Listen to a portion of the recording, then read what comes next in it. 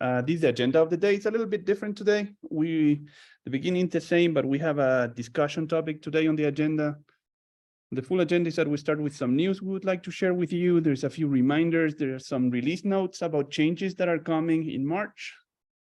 I mean, we'll be deploying this weekend, but we also wanted to have a discussion with the group about improvement ideas process. So what are the next features that we do? Obviously, we talk with a lot of villages. There's a lot of ideas out there, and it's important to come up with a good method to basically prioritize and do the best ideas first. But let's get started.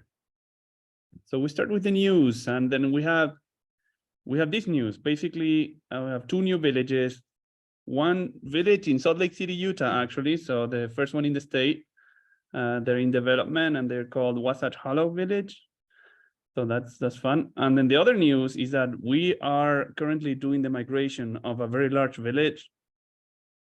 And we usually don't like making the announcement early because we only do it when they're ready for operations. But I wanted you all to know that we have been busy these last few weeks because we are in the middle of this migration. It's a village that has several decades of data and hundreds of files. I mean, not hundreds of files, but hundreds of records in multiple files and stuff like that. So we're in the middle of processing all of that.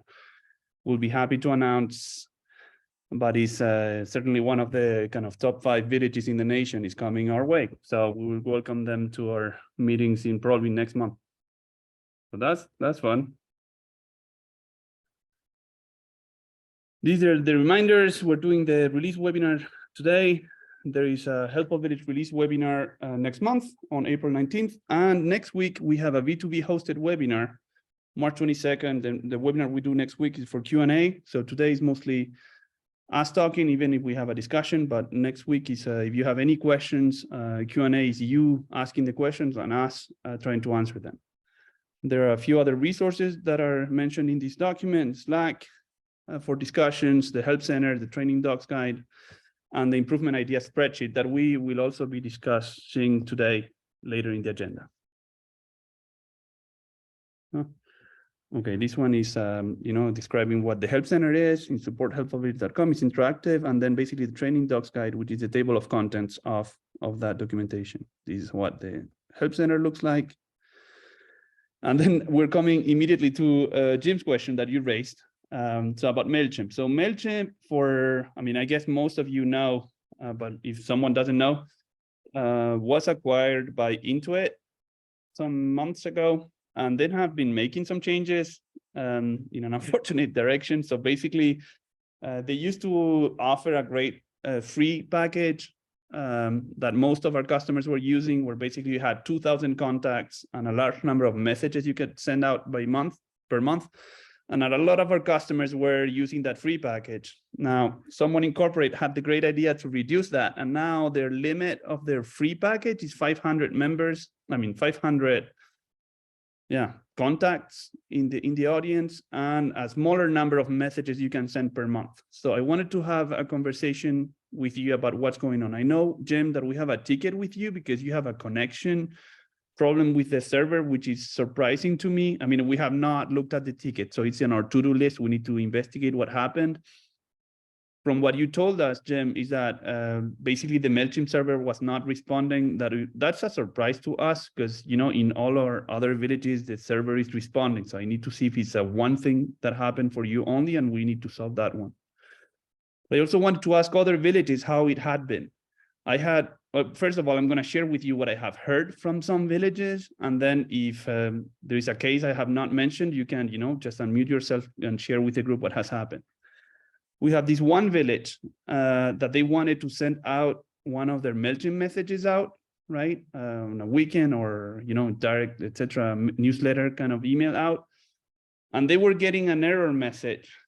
But the error message was because they were beyond the maximum limits of the free package, right? So this village maybe had 1,500 members or contacts, etc. And then now by the new conditions of Mailchimp from March 11th, they are no longer allowed to use the free package. So basically Mailchimp was talking with our server. They just didn't want to send out the message if you didn't, if the village didn't upgrade their Mailchimp account. So in that case, what happened, the village went, logged into Mailchimp, upgraded their package to, I don't know what's the name, Essential or something, the next one, and basically added the payment method information. And then once that was done, well, basically Mailchimp was happy to send the messages out in coordination with our server. So that has happened. There's another case that was interesting to me, and actually I sent a Mailchimp message myself today because we are also Mailchimp customers for the company. And I sent the Mailchimp message. I thought Mailchimp would block it to us because we also have more than 500 contacts. My message went out. So I'm not sure that the behavior of the server is the same for every village. So that's why I wanted to raise the point and ask if you had these different cases. For me, the most probable case is that, I mean, if you upgraded your package and paid Mailchimp, well, there's nothing to do. The service should be working just fine. If you have more, I mean, if you have less than 500 contacts and less than this many messages, well, you can keep using the free package. So that's still working. If you are on the free package and you have more than 500 contacts and it is possible that you get an error message on Helpful Village when trying to send. In that case, you can log into Mailchimp. There will be an error. It will be in the drafts and basically an error message from Mailchimp saying, well, we are not sending the, you have to upgrade if you want to send this message out. So that's what was more what I thought would be happening. And then just for me, I mean, I don't know, in some cases, just Mailchimp is not blocking them out, and it went out for me this morning. So those are the cases I know. So if there is anybody else in the group that has a different situation or something they want to share with the group, yeah, you can unmute yourself and come in. Margie, I see you have something. Yeah, this is a question. If you have, let's say you have 200 contacts and you send out an email messenger message, is that 200 messages or is that one message? No, that's going to be 200 messages. Yeah. So if you send it out 3 times, that's over your 600. Yeah. Whatever. Okay. So wait a minute. So if I have it here. Yeah. So this is a print screen of the structure of Mailchimp pricing, current pricing, right? So if you look at the right hand side, there's the free package. You can have one owner, up to 500 contacts, and monthly email send limit is 1,000 with a daily limit of 500. So basically, yeah, if you have if you have under 500 contacts but you want to send more than 1,000 emails because you're sending more than 1 email a day or more than 2 days a month, 2 emails a month to all your contacts, then you will be beyond the limit. Every email that Mailchimp sends out is going to be counted in the email sent limit. So if you send it to 200 people, that's 200 messages? Yeah. Yes. That seems odd. Okay. That's how I understand it. And then basically what I was saying is that my understanding is that Mailchimp will not upgrade your package, right? You go beyond the limits, you're staying free, but they can refuse to send the messages, right? If you are beyond your authorized use of the service. So when you're trying to send the message, they will say, well, probably, I mean, I don't have the exact message, but they will say, no, you need to upgrade if you want to send this message out. Then you go there, you upgrade, you pay them, and then they unlock it, and then you can start sending messages out again. Is there anybody else in the room? Oh, Jim, yeah. Yeah, while you're on the slide, under the free package, they reduced the number of seats from 3 to 1. And so one of the things that I did was remove you as an administrator. Yes, remove me. And then we weren't connecting with the server. So I didn't know if that had done it or not. We were still paying, so we still had the essential package. Yeah. So anyway, I did send you a link to one of their pages that says that another entity that manages a website for somebody who's using Mailchimp can have a seat at the Mailchimp table even in the free package. So you might want to look at that. Okay, I look at that. My understanding, and then, you know, obviously there are some changes in Mailchimp and stuff like that, so I can be wrong on some stuff. My understanding is that we don't need a user account, right? In the past, you're right. The free package had more seats, so we were asking some of our customers to give us rights to Mailchimp so that we can look into stuff and investigate things, and that's no longer allowed. So you did the right thing removing me from, you know, the number of admins or seats or whatever. We don't need one. All we need is this Mailchimp key, right? Secret key that allows our server to contact. So my understanding is that if you give a seat for yourself and you have generated a, you know, a secret key that you sent our way, our server will still be able to connect without using the seats. But it's a great point, Jim. Definitely for other villages that had more than one seat, they should go check if they want to stay on the free package. And yeah, just make sure you don't have kind of seats or admin accounts on Mailchimp that you're not using. So that was a great point. Yeah. Oh, we have Leslie coming in. Yeah, I just wanted to point out we've had the paid package for a long time now, but when we have gone over our send limit, like if we have an end of year campaign and we send a lot of emails, we've noticed if we inadvertently go over the send limit, we don't get an error. Those messages just don't go out. Yeah, they don't so go out. You know, we'll have being a test and they won't get the message and we'll realize, okay, wait a minute, and we go and look at the send limit and we're over it, but there was no notification of it. And so, you were sending them from Helpful Village, or you were sending them from Mailchimp?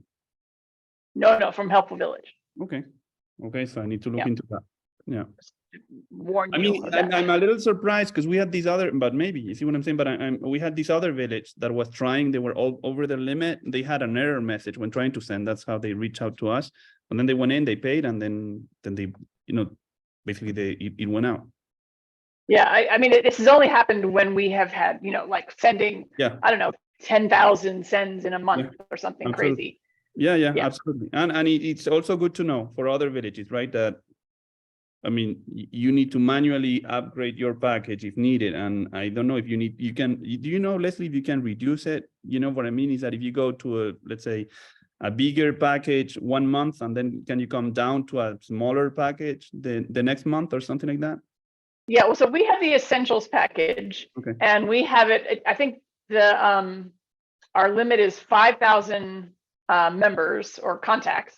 I can't remember what the email sends is. I have it in the screen. It says 50,000 contacts. Well, that is if you get the most expensive. Oh, you're right. It's up to, you're right. I'm reading now. So we have the one that's got, I think it's up to 5,000, but I think we pay, no, it's up to 2,500. Okay. And then if we go above 2,500, for every extra 500 contacts, they charge an extra amount. Okay. So it's like, I don't know what it is, $43 for 2,500, but if we go up by 500, it charges an extra $11 per month, something like that. But in that case, you need to manually approve that upgrade, right. or they do it? No, it's not really an upgrade. It's just going to charge us that. But if we go too high, it'll force us to go up to the 5,000 contacts. But going just above the 2,500 is not quite as expensive as the 5,000. So we just pay the overage for now until we get up to a certain point. But we have to monitor all that manually, definitely. Okay. Well, thank you, Leslie, for the input. Dave, you have more information for us on the topic. Yeah, two things. One, as you know, I'm a small village, so we only violate the Mailchimp rules when we send out a newsletter. And so I've been sending out our newsletter using Google Workspace and Mailmerge. And I get the list from Helpful Village of what to send. And so, you know, that's a much better system. And I like it because it doesn't use an alias. It actually uses our address when it sends out things. So, I mean, on Mailchimp, it also uses your address when you send stuff out. So that, I believe, would be similar. But yeah, Mailmerge uses an alias. It really comes from Mailmerge and their servers. But when you use I'm sorry, when you use Mailchimp, it uses Mailchimp servers. When you use Google Workspace, it actually uses your address, and combined with MailMerge, it's a very easy system to use. The second comment I have is that Mailchimp will allow you to downsize once per year. So if you go to a bigger package, you can downsize back to your normal package once. Okay, that's interesting. That I didn't know, the limitation on the number of downsizes. That was interesting. Now, Dave, again, for the first thing that you said about your, I mean, Mailchimp sends the email from Mailchimp servers. That's normal, but also the from address is you can configure it to your domain name, so it can be from. Yeah. So I don't see the difference there, but. Well, what I've discovered is some browsers detects it's from Mailchimp, looks at it, and then sticks it in not the main mailbox, but promotional mailbox. And it doesn't do it when I send it from my own system. So so no, that's a good point. So basically one thing is the classification, right, of the emails when they come in. And then I use Gmail for my own email. I know a lot of people do. A lot of the emails that are sent through Mailchimp go to these how did you call it? Kind of promotional emails. Because most of the time they are, you write kind of a newsletter is kind of a promotional kind of thing. So in a way, it's kind of, Gmail doing a good job classifying things as they are. Now people can change their rules and move the messages from promotional to their inbox, regular inbox, so that doesn't get classified, etc. But kind of in a way, you cannot avoid it. And if it does it for Mailchimp to put it in the promotional folder or something like that, kind of it has to be, and it should do the same thing for MailMerge or any other product. You see what I'm saying? It's like sometimes it does, sometimes it doesn't. But we've experimented with it quite a bit. Now I've found that it goes other places more often when you use Mailchimp than when you use your own address. So it's one of the triggers.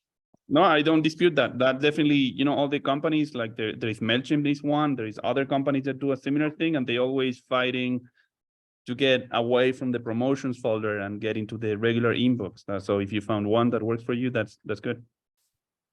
Now, maybe as one last clarification on this topic, Helpful Village synchronizes your mailing lists of active members, active volunteers, based on the data we have, and we only do this automatic kind of synchronization with Mailchimp. What Dave is mentioning is something he does, basically exporting just a list of contacts for his newsletter and then importing it manually into another system. And we definitely don't want to be coding, adding more code to synchronize with 25 different databases, because that's a headache. It was a headache already for Mailchimp. So there is some manual labor, but also some other benefits that Dave just explained. So thank you, Dave, for the feedback. Perfect. Just to finish up on this topic, Jim, I know we have this ticket for you. Definitely the server should be responding. We will, process that this afternoon. It's in our high priority list. So we will get back to you later today. Okay, release notes. We have the improvements of the month. I'm looking at my watch because discussion took some time. It's kind of funny. I have an M here. Where's that coming from? The improvement that we're discussing right now, they are not on the server. They will come on the server this weekend, as usual. But those are already added to the dev list. First change that we have to announce is that we run background checks with our partner, which is called Checker, this other third-party company. Then Checker changed the way they communicate with our server, so that was a lot of fun. So we had to do some changes. We had we had to do some work about that. And at the same time, we changed the background. So so basically on Helpful Village, you can request a background check for criminal records or DMV, motor vehicle report from Helpful Village. We talk to Checker. Checker responds to us and is recorded into your Helpful Village database, and we send an email out to your manager. Before, we used to send that email manager to the services manager, but One Village pointed out it makes much more sense to send it to the volunteer manager. That is another role that we added later. So now that background check update emails are no longer going to the services manager, but rather to the volunteer manager. That makes more sense. We have changed this while we were doing these changes for, updating the API that Checker did. We added some improvements to the email. So on the top, you have the email we used to send before. We say we received an update about, oh, shoot, there's a name. Sorry. The status is report.clear. That was a little weird. So we just changed it, and now it says the status is now clear. We made it bigger, and then we just removed the report part at the beginning. We also added a button so that you can go immediately from the email to the description of the background check on the Helpful Village platform. So this background check update email is a little better now. This is another easy improvement that we added this month. So if you go to your active members list, that happens under admin, people management, and then active members. Just added some coloring there. And basically this is how the color look like. You can go to that list. You can sort them. You can sort it by last name, basically, of the person, of all your members. You can also sort the same list by expiration date. That's showing you who's expiring first. That's what we did on this print screen. And then now we have this color code. Basically, the light red are the people that are still active members, right? But they're in the grace period. So, if you want to, with your, membership team, contact these people so that they send the checks for, renew their membership while they're in the grace period. You can see it easily with this red color. And then we added this orange color, which is expiring soon. So actually, I took this print screen today. So the members on top expired last week, but they're in the grace period, so they still appear on the list, but as red because grace period. And the orange ones are expiring in the next 30 days. So Barak, Trula, and Evelyn are expiring the next 30 days, and then you see them as orange. So you can choose in your village if you want to contact people that are expiring soon or not, but you can now easily see it from that active members list. We had multiple villages requesting this feature, which is fairly simple, but I think it's super important. When we added last month this column that is called main characteristics, it's basically when you're searching somebody on the database. I search Manuel or something. It's going to show me all the records of different people in the database. I'm going to show their main things. So if they're a member, we're going to say it's a member. If it's not a member, but it's an active volunteer, we're going to say it's an active volunteer. If it's not an active volunteer, it's a donor, and then we'll say donor, and it's a prospect. Now, we had a problem is that we didn't think about the deceased members. So in some cases, we had several villages that were searching for a person, right? And then the main characteristic was showing kind of, oh, prospect. And it was not the best thing with best taste in the world, but basically this person was deceased. So we should not show prospect in that column. We should show deceased. And that's what we do now in the new version that is coming out this weekend. When a person is deceased, it will be shown here, first of all, as a main characteristic so that you can immediately see that this person is no longer alive. This is also fairly simple. You know that you have cloning features both for service requests and for events. We had a village that requested a quarterly cloning option. So we had daily, weekly, bi-weekly, monthly, and now we have an additional new option, which is quarterly. So if you're organizing quarterly meetings or quarterly events, you can now clone them, for in intervals of 3 months. Okay, these are exciting improvements for the check-in module. So been working actually with a Sausalito village, and I'm a big fan of this check-in module that we had initially started during COVID. So we were allowing villages to run check-ins and phone check-ins basically, and recording how were members feeling. And we had a number of questions that were being asked to these people, which were usually kind of, oh, do you have meds? Do you have food, etc.? Because in the middle of COVID, it made sense kind of, do you have your vital needs covered for just today? Do you have food? Do you have medication? Stuff like that. Well, we're not in the height of COVID right now. So basically, Sausalito has been working on this module with us, and they have come up with these great questions. So now these questions you can do during the check-ins, I thought it was worth showing because they are very interesting. The questions that asking is, have there been any changes in your health since the last check-in? I think that's a great question. And then, do you need any services from the concierge or the village? That's another great question, because you want to hear, it's a way for the village to hear back from their members through the check-ins that the volunteers have done. And if they want to have another check-in before the next check-in. Now, explain this. It's another change we had done a long time ago. After COVID, but initially kind of the check-in method was daily. You were supposed to check in daily, but now we have a much better system where basically you can choose what periodicity for the check-in. So you can say, for our members, we want to have a monthly check-in with our members, and that the system will send kind of a reminder email, just basically once a month or something like that, depending on the periodicity you chose for that member. But now here there is an option if the person wants another phone call before the expected next call, that can, it's a frequency that varies depending on the person. Manuel, sorry, can you yes. come back just 1 second? There is a question. Is what does concierge mean in this context? Yeah, for this particular village, the concierge is basically the village coordinator that is taking the phone call. So it's basically, you can understand, you can read this as, do you need any services from the village? But it's a good question. Yes, so other improvements in the check-in module. So there is a search a feature for the check-ins that is pretty similar to what you see for the service request when you can search service requests. Well, here is similar, but we had a fairly simple search page before that we have improved in this version. You can have a check-ins pagination. So basically this is going, rather than showing 50 check-ins and then, you don't know where you're at. Basically now we're showing 20, and then you can go to page 2, page 3, page 4, as we do for several other objects in Helpful Village.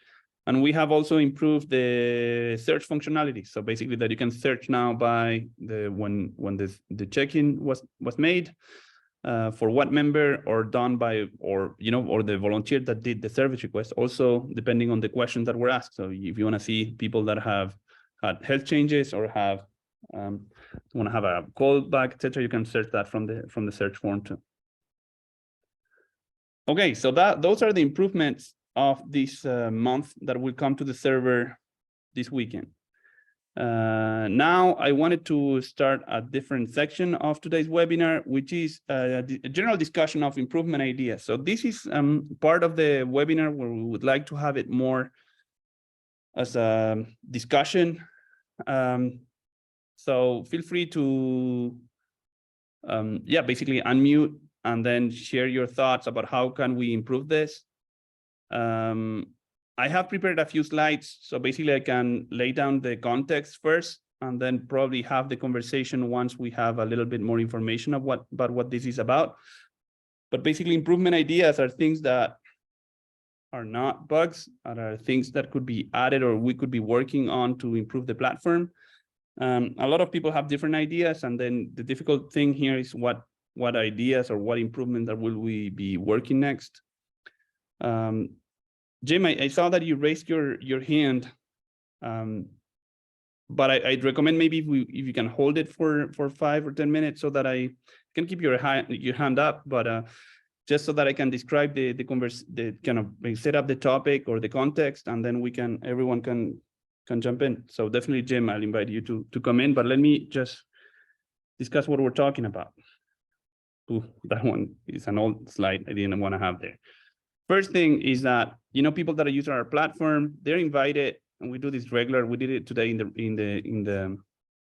the reminders, to use 2 different links depending on what they want from us, right? So there is this link that is in support.helpfulvillage.com, and this is essentially platform you can use to send us bugs or questions or issues or something. So Jim, the question you had about Mailchimp, that's definitely a perfect ticket.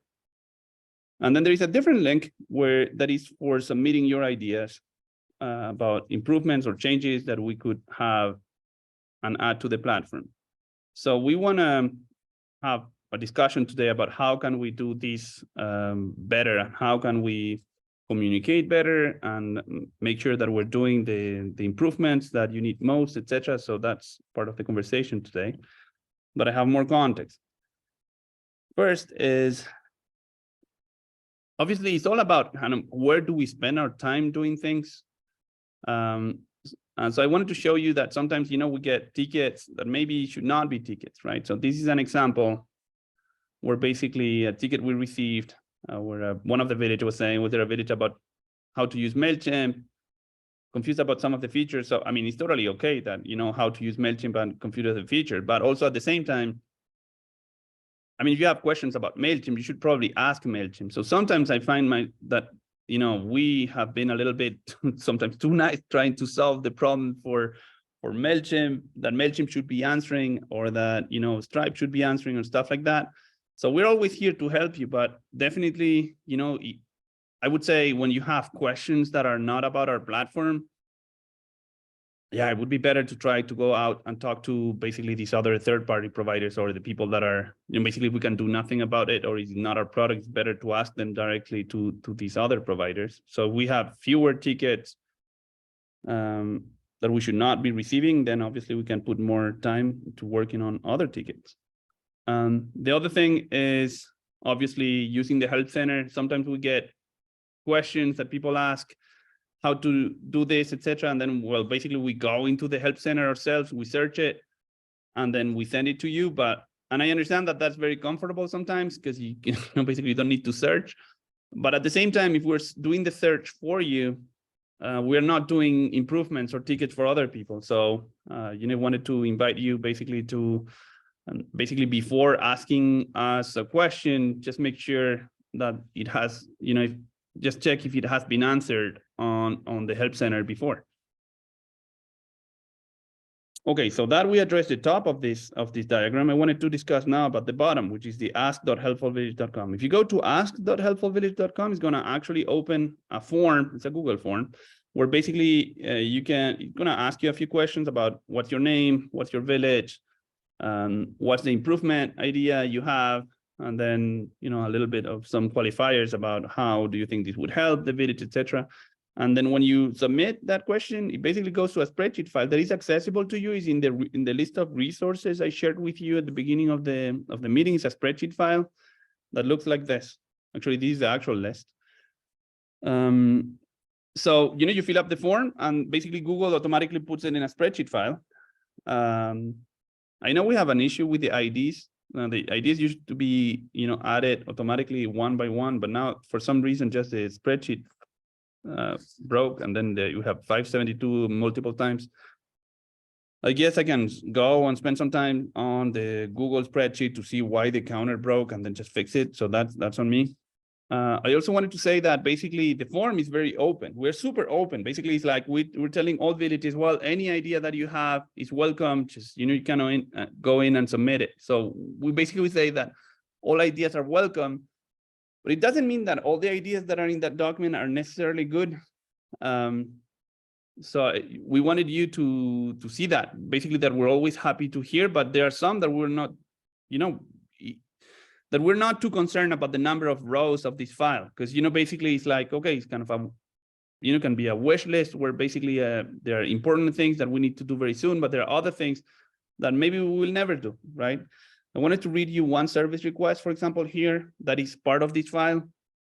And is here, say, when canceling a service request, it would be nice for the member, volunteer, and admin to get a confirmation email. Well, actually, it's something that we have discussed multiple times before. I can be wrong on this, but basically our feeling is that we don't send a cold robotic email when there is a cancellation. I mean, we chose to, right? It's like we do a lot of automatic things for auto renewal emails or something like that. But then we also need to choose when basically it's better to have a human touch. In particular here, when there is a service request that has been done, and then suddenly the member cancels. I mean, I thought it's not a good idea to just send an email to the volunteer saying, okay, well, sorry, I mean, or not even sorry, it's like, this is not happening, bye. I mean, I think it's a situation where basically the village should almost apologize and have a basically personal explanation owes an explanation to the volunteers saying, well, this request is not happening. Basically what happened is this member basically got his daughter or his son or his neighbor to do it for them and take them to the hospital. I mean, I think the volunteers feel much more appreciated if they understand what's happening rather than say, okay, this is canceled. Sorry. It's like, so some of the ideas that are in there, I mean, even if they're welcome, doesn't mean first that we want to do them or that they're necessarily good ideas. So basically what ends up happening is that this is a very large file. And just by design, it's because we want it to be so open with any ideas that you can send. So that translates into a long list of ideas, and that's okay. I'm not worried about how many 100 ideas people have. That I think is a good thing. I think a more interesting question is how to prioritize those ideas, right, on those questions. So some of them we will not do, as I just showed here. Well, it's there, it's sitting on the list, and we're not doing it. We don't think it's a good idea to do them. There are others that are very interesting that we should be doing soon. So basically the whole game is about the prioritization, kind of having a short list. So that's basically a word I highlighted on this document. Is obviously super hard to have 500 kind of improvement ideas and then understand what to do first. It's inherently hard to choose it because it's hard to choose something from a large list. So my recommendation here is that we do basically a short list, receiving one things like, and I know there have been some coordination. I know sometimes some villages talk to others. I know Colin Crawford has been discussing with some villages and exchanging some ideas, and then came back to us saying, well, we discussed with a number of villages, and then we had some sort of a voting system where we selected 5 or 6. I think that's something that has a lot of potential. I think it's really interesting rather than having, okay, hey, you have 500 things. When are you going to do the 500? Well, that I cannot answer that question. But if we come up with a short list on saying, well, we selected 10 for now. Can we have an estimate? That makes my life a lot easier because I can look at those 10 that are very popular improvement ideas that help a lot of villages a lot. And then I can more easily put them in the planning for the next things to do. So that I appreciate that coordination. I'm totally open to improve the process to see how can we get a short list of very popular requests that are to be done in the future. I think it's important to coordinate this list with Gary Frankel, that is our national coordinator, because Gary is aware of a lot of things that are going on with us and about, basically operations or things that are going on. And then basically, as if we have a short list discussed among villages and coordinated with Gary and with us, we're very happy to try to get those requests in first and get them done as soon as possible. So I just wanted to say that it's welcome, and I think maybe we can work on this short list. So when we open up for discussion later today, I think the short list idea is something I would like to discuss with you all. I think there is another point that is interesting, is that we want to improve the communication about these next improvement ideas. I think the shortlist will help. It's obviously very hard. We have a list of 500 ideas and then come back to you doing with a comment about 500 things. That's hard to do. But if we come up with a short list and then we have 10 things and we can more easily comment on 10 lists. So maybe we can more regularly on a monthly basis or bi-monthly basis, basically have more communication between our side in development side and basically villages that are expecting or asking for some features. So we can improve communication if we have a shorter list. So I think this is interesting, and these are some changes we can add soon. This is another slide about how do we prioritize this our time, right? Because in the end, what's interesting is that we have some software running on a server, kind of that runs automatically. Basically, that's kind of easy, I would say. What's harder is where to put the developers' time to be most effective for all of our customers, right? So I wanted to share with you how we do it today, or how I believe we should be doing it. First thing is that it's great to have improvement ideas, but we always want to prioritize the bugs first. For example, Jim had this issue today with Mailchimp. It's like, I want to work on Jim's issue before I talk about any new ideas or improvement that we will do for the future. So bugs come first. We want to have everyone using a platform that is bug-free. Second thing where I see some potential is like we need to improve our training documents to avoid spending time on answering one question at a time. So basically, sometimes we have a person that, opens a ticket up for us. They're asking a question about how to do this one thing, and then we answering that ticket. Then we have another village that comes back with the same question. We answer, we write, we spend time writing a second email to close that ticket to that second person. If we do that 10 times, we're just wasting, 90% of our time. So I think we need to keep working on adding training documents so that when there is a good question that comes up, we just capture it in the help center, and it's there for people to find when they come across that question. There was this initiative also we were working on with Mary from Capitol Hill Village, but also with anyone that wants to participate. There are some conversations that happen on Slack, right? And Slack is great for real-time conversation where basically different villages go in. It's like how, I have a question about how other villages do this, how other villages do that, etc. So it's great for real time, but Slack is not very good at organizing and classifying the information for later in the long run. So I think there is, and we have done this at least 1 or 2 times with Mary. He's saying, okay, this was an interesting Slack conversation that showed that we need a training document on the help center about this topic. And then basically, just extract the content on the information from Slack, and then we add it as a help center article that is done there. I not only with Mary, I remember doing that with Clayton Valley also. There was a question about the blogs, and then we wrote a training document based on the fact that on Slack, it showed that we were not explaining properly one thing. And then basically, if you don't hesitate to tell us basically where you see that there is a need or a gap in the documentation, so that basically we're capturing that and we don't need to answer the same question multiple times. Okay, number 3 is strategic improvements and quality.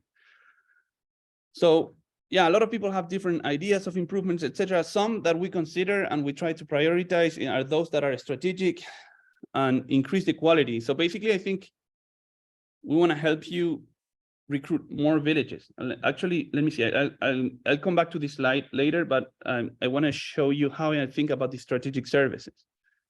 So I think, I got into Helpful Village 7 years ago, basically thinking that there is a major societal topic here with the changing demographics worldwide, right? Because we are living longer lives, and then there is a lot more older adults, and that's super interesting challenge for our societies. And we're all in it. I'm in it through Helpful Village, and all the village leaders are in it because we're finding a better way to support older adults in all our neighborhoods. Now, the numbers are crazy, right? Because today in China, 18% of China has a population, 18% of China's population is 60 years old or over. And then in 2050, so the day after tomorrow, it's going to be a third of China. So 300 million. So we're going from, actually, I cannot do the math, but basically we're going maybe from 50 to 60 million to 300 million older adults. And that's happening in China with 1 of every 3 Chinese people will be an older adult. Same thing in America. Now the proportion is not as big, but it's kind of a fifth of our population, 20% of our population will be older adults. So we have a lot of people out there that need help. And villages are doing a great job. I think the villages are the best way to support older adults and support the changing demographics as a society. And you are all superheroes to me because you're pioneers in this space. But I also believe we're still too small, right? We're helping several tens of thousands of people in the US, and that's great, but we need to help 300 million people. You see what I'm saying? It's like we need to think about how do we scale to help more older adults in your neighborhoods, in the country, and worldwide. And so when I'm talking about strategic services, we need to think with villages about requests that say, okay, how do we help villages convince more older adults to join as members? How can we raise the quality of services that villages offer so that they become irresistible to older adults in the communities? And that's basically connected to the next slide, which is this. It's like, okay, when you're talking to other older adults in the community, why are they not joining, right? I remember having interesting conversations, in particular with La Morinda village. I know Andy's on the call, and Rick, And Andy is great. Andy, I mean, there's a lot of great people in this meeting, but there is one thing that is great about Andy is Andy was setting up the meetings with prospective members, people that could potentially join their village. Why would be doing that? Andy, you correct me if I'm wrong.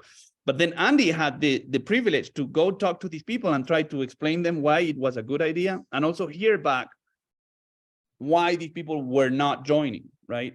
One of the things that I remember, Andy, from our conversation is people that come back with the "I'm not ready yet" sentence, which is great. And you can come in anytime. Let me just say that the "I'm not ready yet" group shrank very much after COVID, because all of a sudden we got new members more easily because we offered shopping services. Absolutely. Absolutely. And I think that's something that we're super interested in at Helpful Village is watching and discussing with village leaders that have solved these mysteries. Like, how can we help your village help more people in the neighborhood? Andy just mentioned an example. Like, they came up with services you see here that are on this pyramid of what villages do. And then they adapted to COVID, where basically people need grocery deliveries. And then they were there was a TV spot basically on the local news celebrating how La Morinda village was helping older adults to get their groceries during the pandemic and stuff like that. So all of those ideas that help growth, and I think La Morinda almost, I don't know if it doubled or tripled its size during the pandemic. We tripled our size in about 1 to 2 month period. And then we retained those new ones about half. So we went from 100 members to 300. And now we have settled back to about 250. Mm-hmm. That's great. Yeah. And basically the reason why I'm bringing this conversation here is that we have a ton of ideas of these improvement ideas, but basically you need to know how we consider those improvement ideas in our conversation. And a big part of it is, well, what makes your village more attractive, right? And then we learn every day, and that's how we prioritize. There is another example here that we were discussing. This pyramid that you can see on the screen right now is how I understand, how I describe what villages do. Why are villages important? So most villages across the nation do the base of this pyramid, that is, doing these volunteer services and doing events for their members. And that most villages do that. And then some other more sophisticated villages have been offering other additional services, which I think are also critical. So these phone check-ins, and you saw today on the improvements of the month, we're working with Sausalito, because I also think that if we can, we add improvements to that module, is a high quality service that your village can be offering if you're telling, they're not ready yet in your neighborhood, saying, well, one of the services of our village is that we very easily pair volunteers that are calling members at least once a month. I would love that for my mom. Someone that calls my mom at least once a month from the village and says, well, how are you just doing? Do you need something from the village, etc.? So basically, when we receive improvement ideas, one of the important things to us is like, okay, how can we help you help your villages, your older adults in your communities more interested in your village? Check-ins is an example, village talk is another example, and then health are other examples. So basically, when we receive improvement ideas, definitely some of those that get prioritized is because we believe they have tremendous potential to attract more members. Jim, I saw you raise your hand, but I suggest maybe that I just finished this slide, because and I'm finished setting the context. So if we come back to the ordering, we have bugs first. Second is making sure that we're efficient in terms of training, that our documentation is correct so that we don't spend too much time answering the same question again. Third one is strategic improvements on quality. So how can we help you recruit more villagers? The fourth one is operational improvements that are also important, right? And some of these features definitely do it, right? And we have done many of these improvements before about, okay, we can do this change. For example, if we send an auto renewal email, then we don't need to have our administrators or volunteers spending so much time inviting people to renew their membership. And then, well, that was added, right? So, and then now we have a ton of these operational improvements in the in the improvement ideas document that I showed you before. Now, the big thing here is among those operational improvements, I think it's a good thing to prioritize those that are big time savers, right? If for your office, if something that is, we hate when you need to do a lot of, spend 2 hours doing something rather simple or that a robot or the server could be doing. And then also something that is not necessarily only useful to one village, but if we have something that is useful to 100 villages, well, then, we code it once, it benefits a lot of people with a big time saver. So that's one way to prioritize. I'm also saying that it's not necessarily easy to prioritize, because, a lot of people have different ideas and every village wants their idea come in first as a first priority. So there is a lot of this process that is about discussion with other villages and raising points, and reasoning about why an operational improvement is more important than the others. And then just to finish with this slide, I'm going to share another experience with you. Sometimes we get I understand how it's sometimes frustrating for some customers, right? When they set up, came up with an idea, they put it on the list, and then, they have this expectation, well, when is my idea gonna be done? And you're on a waiting list. And that obviously would be wonderful if we could code all the improvement ideas, in a week, but we can't, because, it's a lot of work and it's difficult to do.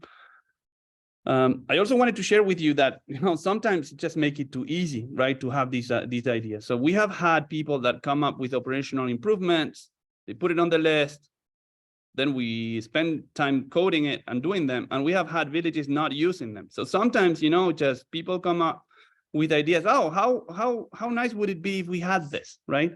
And then we do it and they are not using it. So that's also frustrating to us, where basically not, obviously it's impossible to do everything on a long list of ideas that anyone can have, but you also need to see that sometimes it's easy to have an idea and then not necessarily committing to using them, which allows me to explain the next item on the list, which is pay for improvement, etc. So we discussed with some villages, right? And we have a customization fee.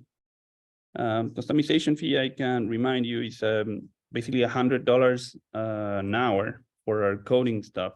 And basically we have sometimes villages that come in and say, well, we have this feature that maybe, through other villages don't believe it's important, etc. But for our own context, it's super important. For example, I know, for example, I have an example of this village in DC, and they came up with an instant membership, right? It's like they needed to have on their application form the possibility to have some members that would, fill out the application form, immediately have the possibility to pay for that membership right then and there and become members immediately.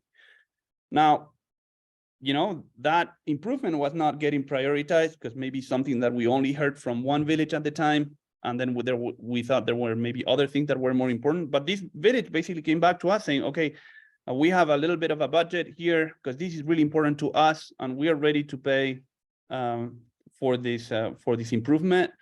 And that works too. That's basically if sometimes some of your villages have a little budget to get your idea done, that bumps your improvement idea also higher in the priority list, because also we understand that what you're paying for your idea is an idea that is really important to you and an idea that you will use. So I'm not saying that you need to pay for your improvement, but you also need to know that if you have an idea that is really critical to you and you want us to pay attention to this urgently, yeah, basically you can talk to us and have that idea done as a customization or an improvement, and then basically we do a quote and then we do that improvement quicker. And with this, let me see if I had other slides. I know I need to go back to Jim, so this is a perfect time because I finished with my slides. So I know Jim Ludden had raised his hand, so we can start with him. But then after Jim comes in, I would like to open up the conversation to everybody in the room. So what do you think about the improvement ideas process? Just explain you how I see things, but we're always very open. We're happy to hear from you. What are your suggestions? It's not necessarily an easy task because, you know, a lot of people have different ideas and we hear from different people, different villages and stuff like that. So it's hard to sort. So let's open up the conversation. I would say, Jim, if you're still around and because you had raised your hand, maybe you should open up the discussion. Okay, I will be blunt. You just spent 30 minutes explaining how we were going to discuss your priorities, and now the meeting time is basically over. Mhm. So this is not the first time this has happened, but let's set that aside. I have a very strong bias towards the users. And since I'm over 80, I realize that the users may not be able to understand the difference between their own incompetence or their own aging and an improvement and a bug. Mhm. And I've also realized after 50 years in the industry that a bug may not be a coding error. It may be a user interface design where the user just doesn't understand how to make your machine work the way you thought it would work.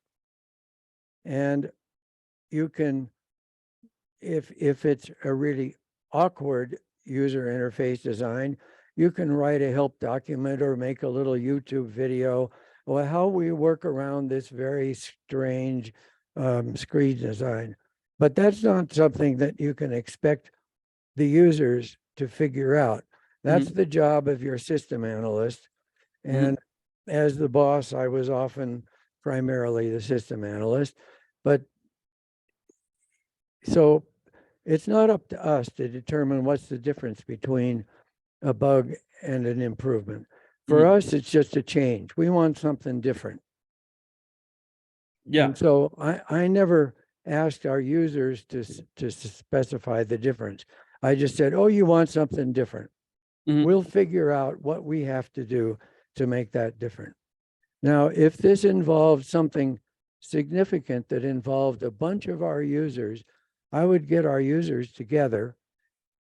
Our users were scattered all over the country at one point. Get them together one way or another and say, okay, this might help you, or what we propose might make things more difficult for you. And that's not always easy for me in the shop to determine. And some people would say, oh, that's a good change, but why don't you do it this way? Oh, that's even better than what I thought. Many heads are often better than one.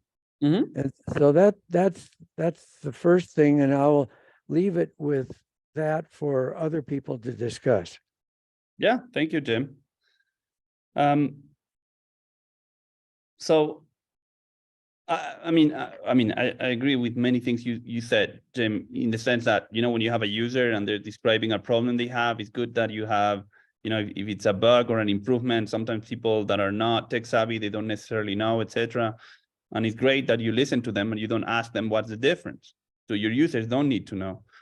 Now, a lot of the time when things come to us at Helpful Village, they don't come to the particular members or users or volunteers. They usually talk to the coordinators of the village. Each village usually tends to have kind of a person that is more tech savvy, that is usually on this meeting.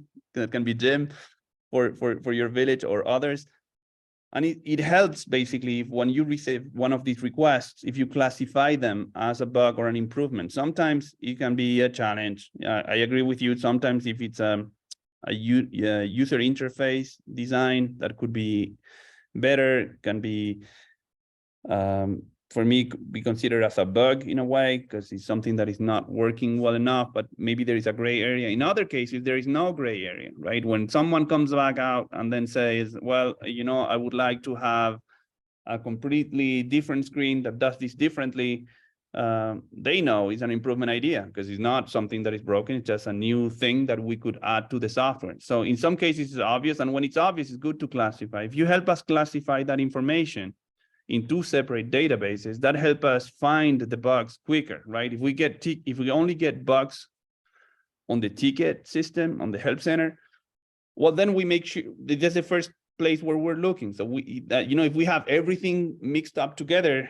then we're going to get distracted with an improvement idea, etc., before we can quickly identify a bug. So I agree with you that it's a good, when you talk to your customers, they don't need to know if it's a bug or an improvement idea. When you talk to us, if you have people that are more technology skilled, and if you can help us do that classification ahead of time, it helps our efficiency.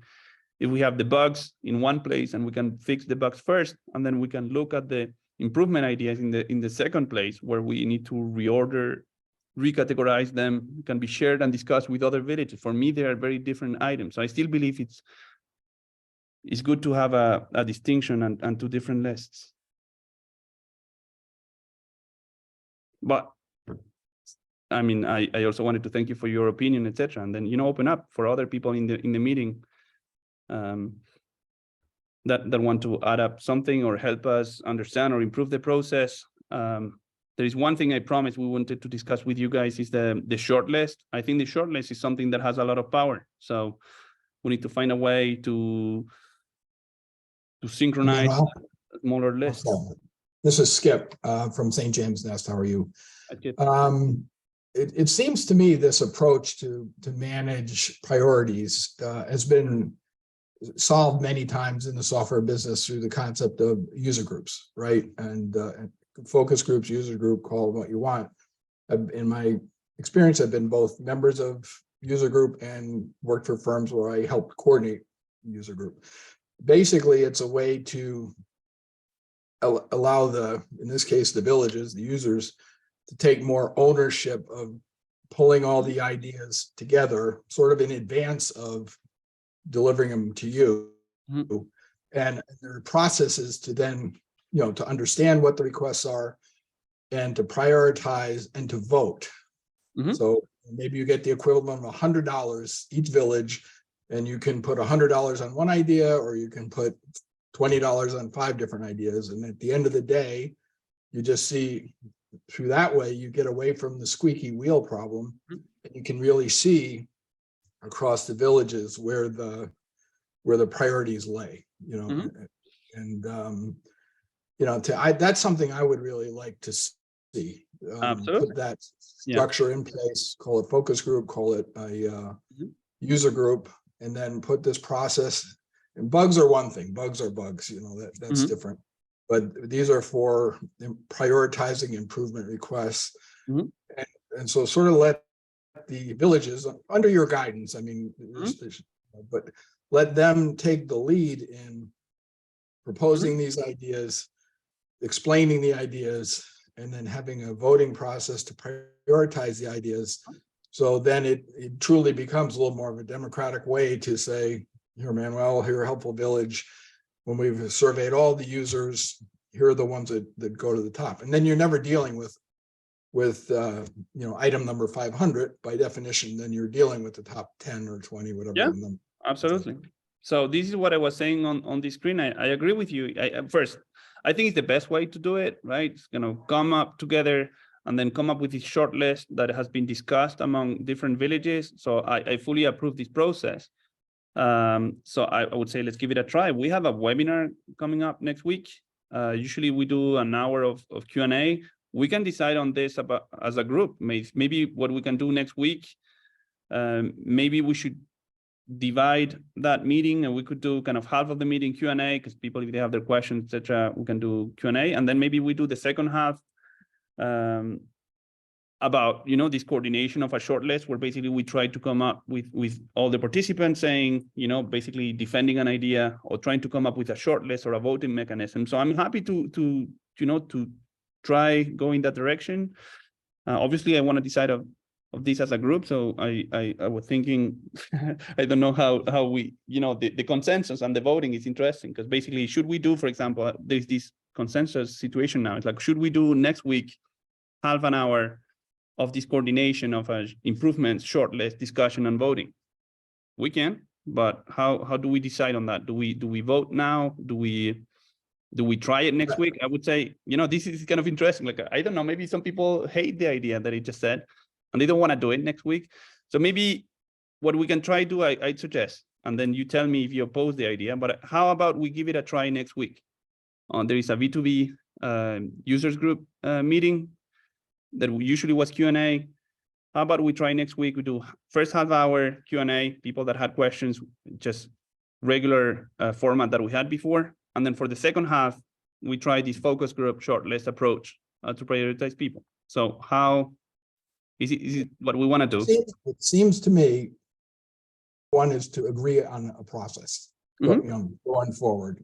And I'd be happy to put the straw man together, send it to you, and then see what you think. And if that's good, then you can propose it out for other suggestions and ideas on how to improve it. And then the challenge with trying to do something like that in half an hour is getting everybody to understand all the ideas that are in place, and then prioritize. So either you're trying to prioritize it based on incorrect or incomplete information. I mean, or you're back to trying to just do your own personal priorities. Yeah. I mean, definitely. I mean, that's super interesting, Skip. I agree with you.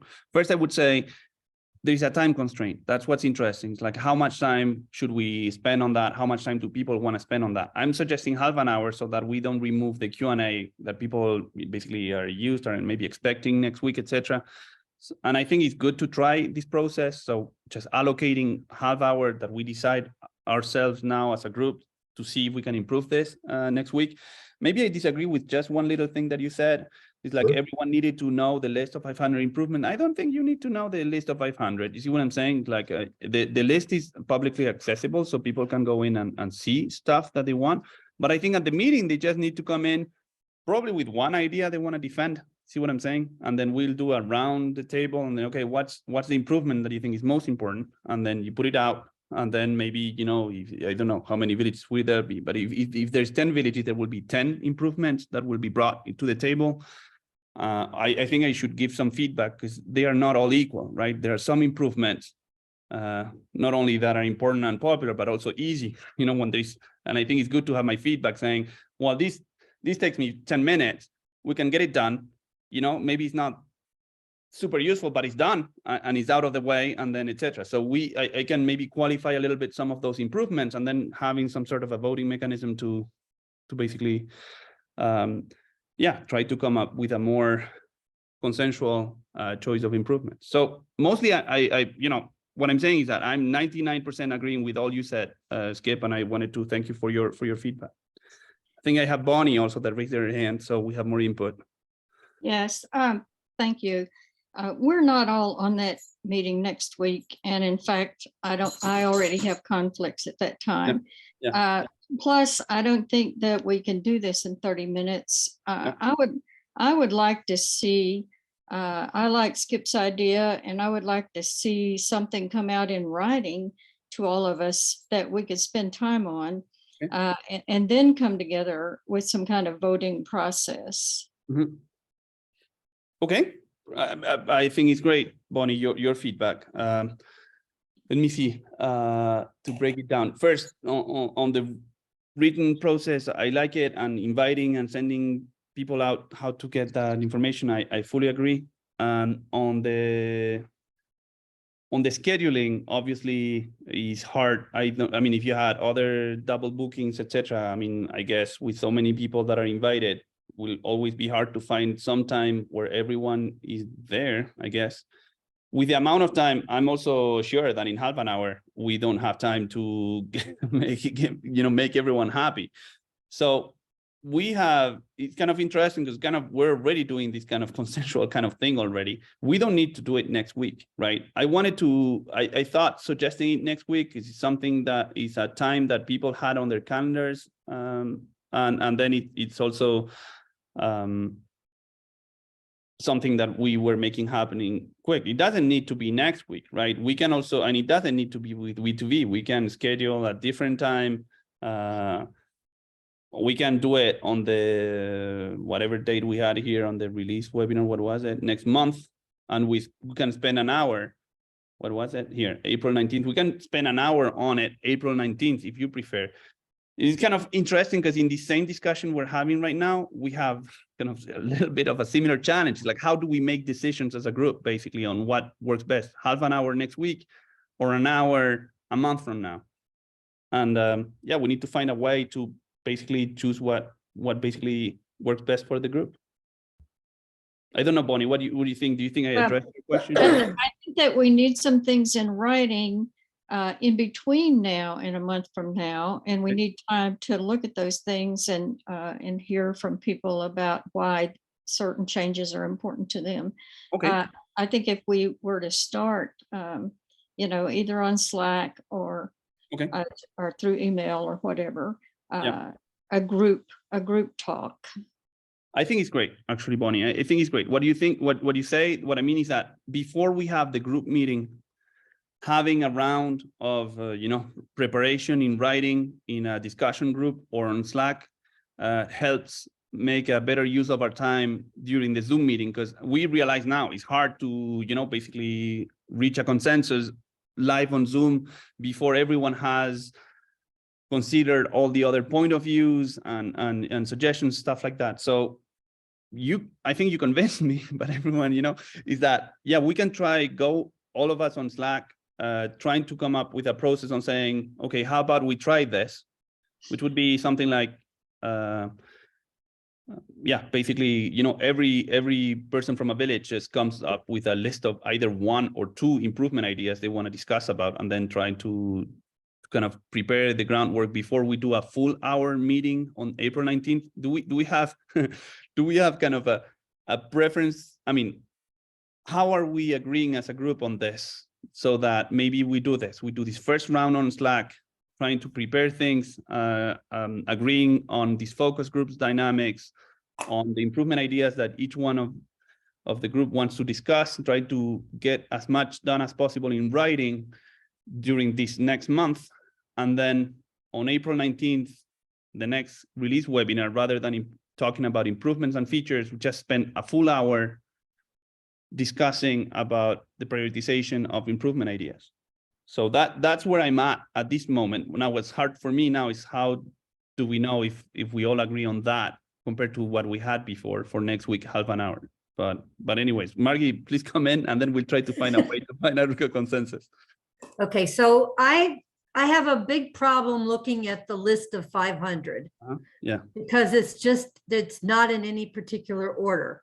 I was wondering if there's a way to categorize the improvements. So does this have to do with service requests? All the improvements that have to do with that, all the improvements that have to do with mailings, that kind of thing, because it's really hard to navigate. And there are some that have been submitted by more than one village. So the ones that are suggested by more than one person seem to me to have a little extra vote and maybe more importance. So that's all I wanted to say. It's a great point. Definitely, the document is hard to digest. I know, because everyone goes in and they're ordering the document. Actually, there is an order. The order is basically chronologically. Every time someone comes in with a new idea, it gets added to the bottom. Now, it's not necessarily a good classification by topic, etc. So basically, everything gets mixed up, maybe sometimes repeated and stuff like that. So, but I agree with you. Maybe we can start there. So we have improvement ideas. Actually, the spreadsheet file we have right now is called improvement ideas number 2. I can, from the helpful village side, extract the requests from that file, try to organize, as you're saying, right, by topic, by modules, basically saying, okay, the service requests, basically create an improvement ideas 3 file, right, which is a classified kind of pre-processed collection of those requests. And then I can send the link to the new document that would be more kind of easier to digest by all village members. And then we keep the rest of the process that we were discussing with Bonnie about, okay, this is the list, please go read it. Please, I think the best thing is kind of suggest, okay, take one improvement idea, that each village is ready to defend. I think it's better not to be too ambitious on saying, well, pick 10 and then, you know, we'll discuss 10, because that would be a lot of information. Let's say pick just your one favorite, each village, and then try to put it on the table to see what other villages think. If there is an idea that comes out where basically I come out and say, well, that one is easy to do. It's stupid, we never thought about this. And all villages think it's super important and super urgent to do it. Well, then that's easy. That we add it on the planning short term. I anticipate there will be some discussion and disagreement sometimes when one village thinks this is important, another one thinks it's not important, or I say, you know, that it's super hard to do or difficult, or I don't know how to code it and stuff like that. Well, then we cannot do it. But I think the best thing we can do right now is that, like, we can prepare that improvement ideas, order and classify it, send it to you all for review, asking each village to take one idea from the list that they're ready to defend to the group. We can engage on a group discussion on Slack about each one of the improvement idea that each village selected, if everyone plays by the rules, and then try to see if we can see a prioritization emerge from the discussion. Do we have anyone dissenting from that process, or something missing, something we should be doing differently? I think it's working great so far. I think we are trying to, coming up with a better process. So I wanted, and I know we're past the hour, so we will stop in 5 minutes. But basically, if there is I just wanted to make sure if there is someone else that wanted to participate, add something to the discussion, they are welcome to do so.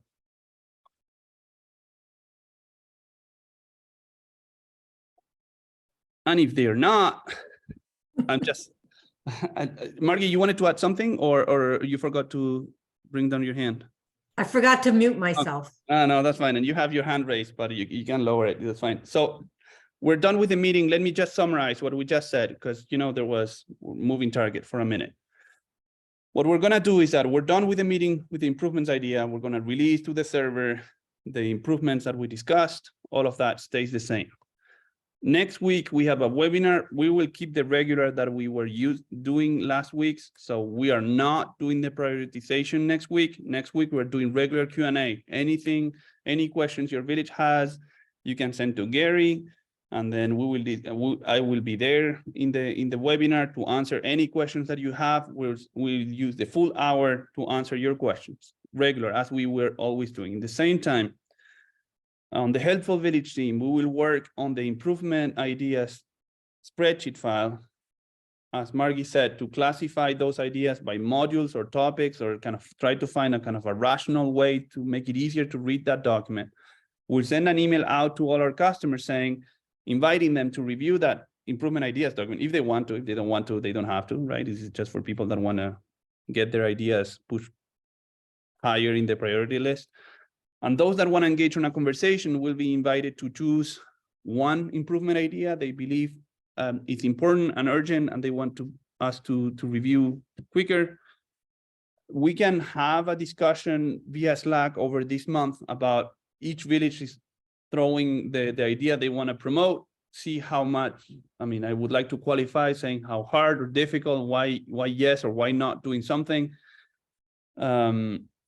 And then having all other villages commenting on those that think that they support that idea, that is important, that is in the short-term planning, or other villages that don't think that is as important. I don't know, but basically try to come up with a first round of prioritization and discussion among the group. And then on April 19th, basically we're having a full 1 hour discussion as a group, just basically to come up with a short list of improvement ideas that have been discussed previously on Slack. So anyone, I guess the Zoom meeting will be a little bit similar. We'll be taking some of the discussion that we did on Slack. So maybe there's a little bit of repetition, but basically it's a chance for us to reach a consensus and defend an idea in front of the group during this 1 hour webinar. And then we see how it goes next week, and then if we can improve that process.